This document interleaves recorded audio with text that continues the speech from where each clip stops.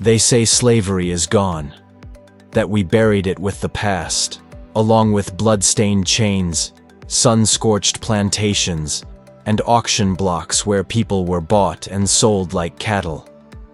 History books call it a dark chapter, a lesson learned, a horror we vowed never to repeat. But what if it didn't end? What if it simply evolved? What if the same systems that once shackled ankles have been reforged into time cards, productivity dashboards, and paycheck-to-paycheck survival? You won't find whips or shackles in the open today. Instead, you'll find warehouses with no windows, contracts no one reads, workers who clock in at dawn and still can't afford to eat. You'll find people who are told they're free, but can't say no. Because behind the slogans of hustle harder and rise and grind lies a truth we rarely speak out loud. Slavery didn't disappear. It got smarter, more legal, more scalable, more global. And now, it wears a badge. It signs a lease. It smiles at the customer and says, "Is there anything else I can help you with?" So before we pat ourselves on the back for ending slavery, let's ask a harder question. What really changed? To understand modern labor, we have to go back, way back, before capitalism, before corporations, before even the idea of human rights, to a time when work didn't just exploit life, it owned it.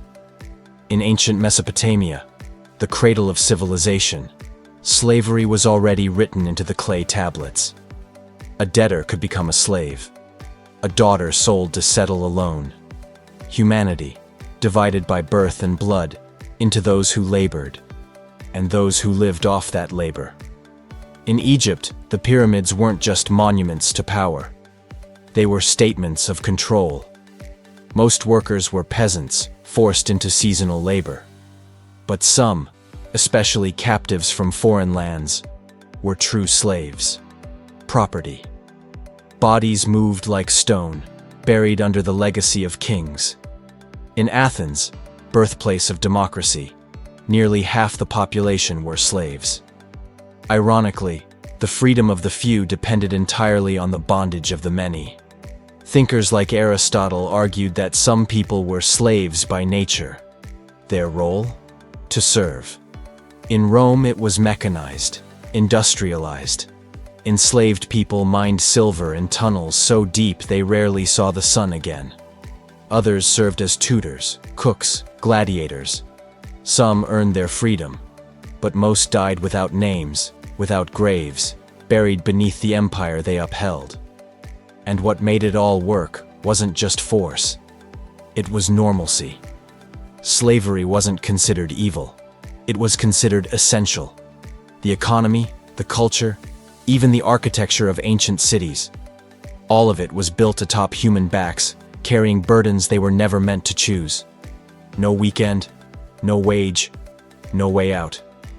There were no illusions, no performance reviews, no labor laws, only ownership, a transaction in flesh and blood. It was brutal, but it was honest. And that honesty, that raw, unapologetic domination, would soon morph into something more complex. Because as centuries passed, slavery wouldn't vanish. It would adapt. Empires fell. Kingdoms rose. But the grip of slavery didn't loosen. It simply changed hands. As new religions swept across continents, the question wasn't whether slavery would end. It was how it would be justified. In Christian Europe, biblical verses were twisted to defend bondage, as if divine will had chosen who should serve and who should rule. Noah's curse of Ham became a tool, a myth weaponized to sanctify racial hierarchy. Even popes issued decrees, not to end slavery, but to guide how it should be done properly. In the Islamic world, slavery was bound by law, sometimes regulated, sometimes softened, but still practiced. Slaves served in palaces, households, even armies like the Mamluks, enslaved soldiers who rose to power, yet never escaped the chains of origin. But no ideology expanded slavery more ruthlessly than conquest. When European ships set sail in the 15th century, they carried crosses on their sails and cargo holds beneath their decks. What began as exploration quickly became extraction of gold, of land, of people.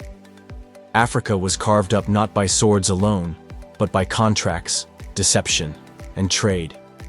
Kingdoms were pitted against each other. Prisoners sold for guns, children exchanged for rum. What followed was one of the most devastating operations in human history: the transatlantic slave trade. Over 12 million souls stolen, shackled in floating coffins, packed side by side with barely enough air to scream.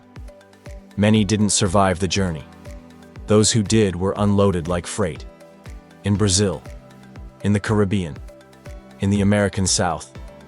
There, they harvested sugarcane under lashes of fire, picked cotton from dawn till collapse, built fortunes for men they would never meet, and dynasties that still stand today. Colonialism didn't just use slavery, it perfected it. Entire economies were engineered to depend on human bondage. Entire races were branded inferior to justify their exploitation. Skin color became capital. And when uprisings flared, in Haiti, in Jamaica, in the American South, they were met with unspeakable cruelty. Rebellion wasn't just punished, it was erased from memory. Because control wasn't just about bodies, it was about belief. Convince a man that God made him a slave, and he might never reach for freedom. But even in the darkest corners of the colonies, resistance smoldered. Runaways formed hidden communities. Mothers passed down stories of freedom between lullabies. And revolutions whispered through the cane fields like wind before a storm. The chains eventually would break. But the system, the very bones of labor and profit, would survive. Just not in the way you'd expect. With abolition came a new idea: wage labor, work for pay. In theory, a fair trade. In practice, a different kind of leash. Company towns replaced plantations. Instead of whips, there were debts. Instead of overseers, managers. And instead of slavery, contracts. But those contracts, often signed under duress. Or not at all. In South Asia, freed slaves became indentured laborers. In the American South, sharecropping trapped black families in cycles of poverty and dependence. And in booming industrial cities, Manchester, Chicago, Berlin, factory floors became battlegrounds. Long hours, child labor, crushed fingers, crushed dreams. The chains were now invisible, woven from poverty, fear, and necessity. So, was this freedom? Or just a more palatable form of control? Fast forward to today.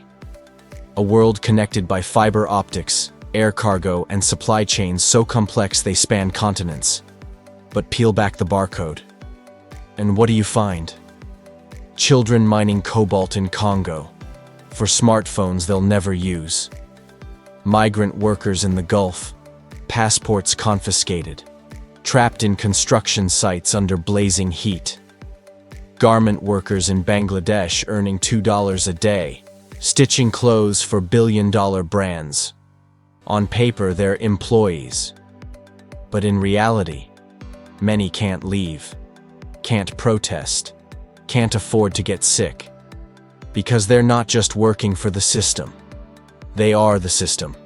And the more invisible they are, the more efficient that system becomes. You might say, but today we have rights, labor laws, unions, protections. And that's true, for some. But rights on paper don't feed families. And protections don't reach the undocumented, the outsourced, the algorithmically managed gig workers scraping by on apps. The modern worker is often free, only in theory. Free to work or starve. Free to choose between rent and healthcare, between sleep and a second job. Even in wealthy nations, the rise of precarious labor, gig work, zero-hour contracts, hustle culture reveals a deeper truth. The tools have changed, but the game, still eerily familiar. Yet across history, one thing has changed: resistance. From Roman slave rebellions to Haitian independence, from labor strikes in the 19th century to Amazon warehouse protests today, the human spirit keeps pushing back.